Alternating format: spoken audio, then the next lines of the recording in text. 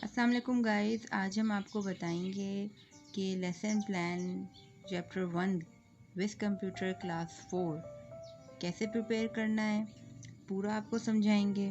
तो वीडियो को एंड तक देखिएगा। Thank you.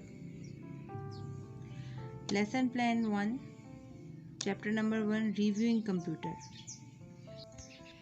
इस लेसन प्लान से आपको इतनी हेल्प मिल जाएगी कि आप अपने स्टूडेंट को अच्छे तरीके से ये लेसन प्रिपेयर करवा सकते हैं। और जो बीएड के स्टूडेंट्स हैं जिन्होंने अपने सब्जेक्ट के तौर पे, अपने कोर्स कोड के तौर पे ये लेसन प्लान बनाने होते हैं, तो वो भी इन लेसन प्लान को कॉपी कर सकते हैं। तो चलें जी, स्टार्ट करते हैं।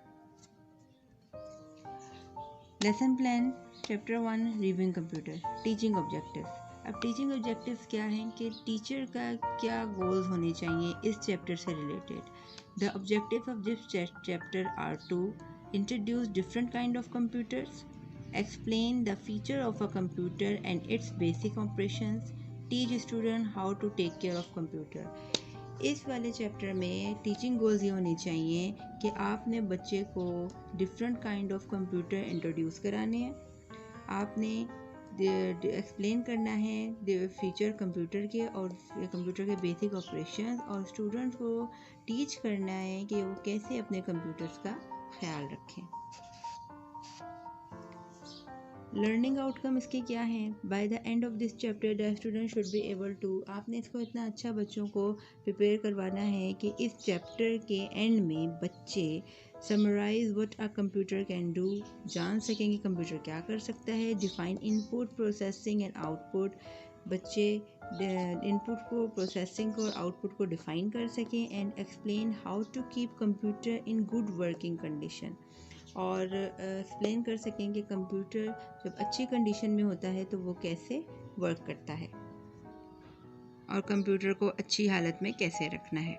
उसके बाद जी आपके टीचिंग एड्स क्या होने चाहिए, इससे लेके चार्ट्स होना चाहिए आपके पास ताकि आप बच्चों को अच्छे से डिफाइन कर सकें। वाइट बोर्ड होना चाहिए, टेक्स्ट मार्कर होना चाहिए, टेक्स्ट बुक होनी चाहिए जो मैंने यहाँ पे मेंशन नहीं की, चलिए आप लिख लीजिएगा। और कंप्यूटर्स इन कंप्यूटर लैब, जाहिर बात है आप बच्चों को कंप्यूटर लैब में अगर इसका लेक्चर देंगे तो उनको काफ़ी अच्छे तरीके से समझ आएगा। लेसन स्टार्ट करने से पहले आपने बच्चों की प्रीवियस नॉलेज को चेक करना है, ठीक है। यानी आपने क्या करना है, आपने write the following question on the board in 3 columns and let the student brainstorm possible responses in pair और group, collect feedback from the students and write down their responses on the board. आपने बच्चों को के लिए board पे आपने लिख देना है कि ये कौन सा टॉपिक है, और आपने बच्चों को पेयर्स में या ग्रुप में बिठा देना है। फिर उनसे आपने पूछना है कि वो इस टॉपिक के मुतालिक क्या जानते हैं।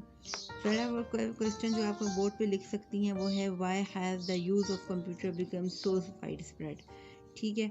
इसके जो एक्सपेक्टेड रिस्पॉन्सेज हैं वो बच्चे आपको ये दे सकते हैं कि because computer are quick and accurate, because computer are versatile and multipurpose, because computer can be program to serve the user, because they are efficient, inexpensive and a speedy way of collecting and communicating information etc।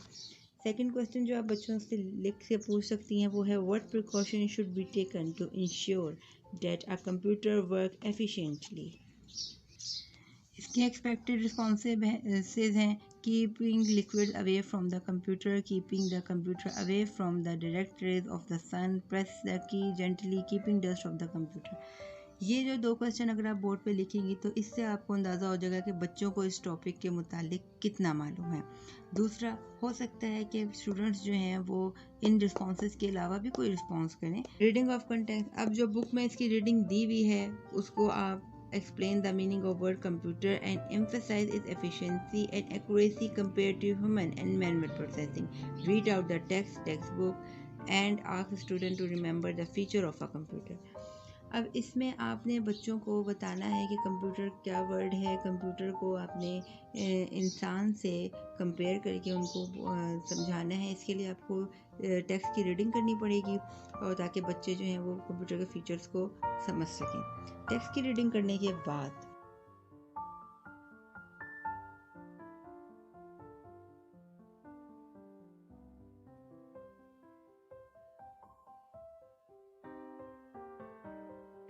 जब reading हो जाएगी तो उसके बाद आपने write the words input processing and output on the board and ask student if they remember what these word mean.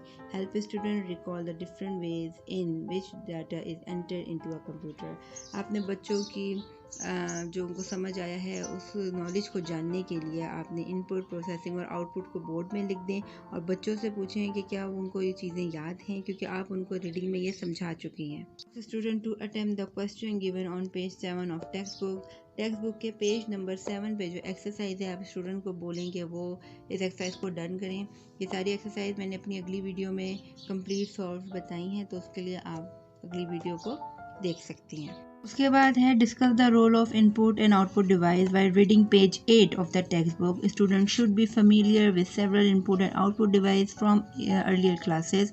Hence, they should be directed to attempt the exercise given on page 8 independently.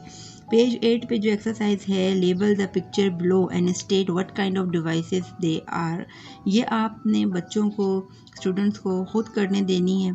उनको इसमें आप किसी किस्म की अगर help ना करें तो वो अपनी समझ से करें, क्योंकि वो शुरू के क्लासेस से इनपुट और आउटपुट के मुतालिक पढ़ते आ रहे हैं और अभी भी आपने इस रीडिंग में इस लेसन में उनको आउटपुट इनपुट और प्रोसेसिंग के बारे में बता दिया है।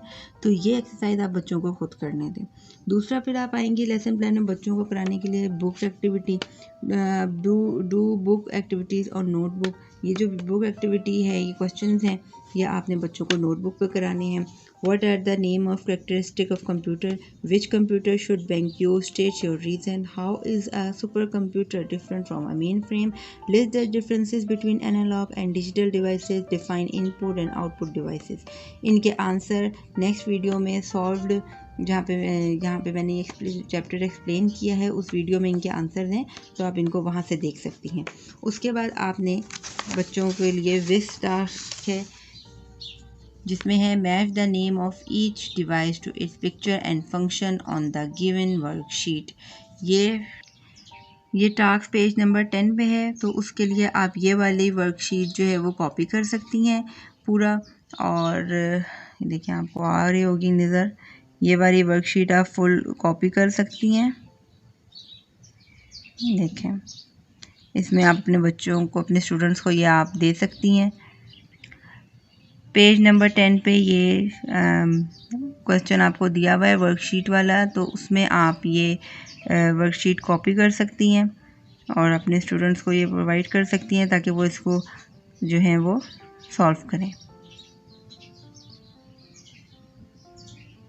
अगर आप ऑब्जेक्टिव टाइप अपने स्टूडेंट्स को कराना चाहती हैं तो उसमें आप ये 6 MCQs उनको करवा सकती हैं इस चैप्टर के।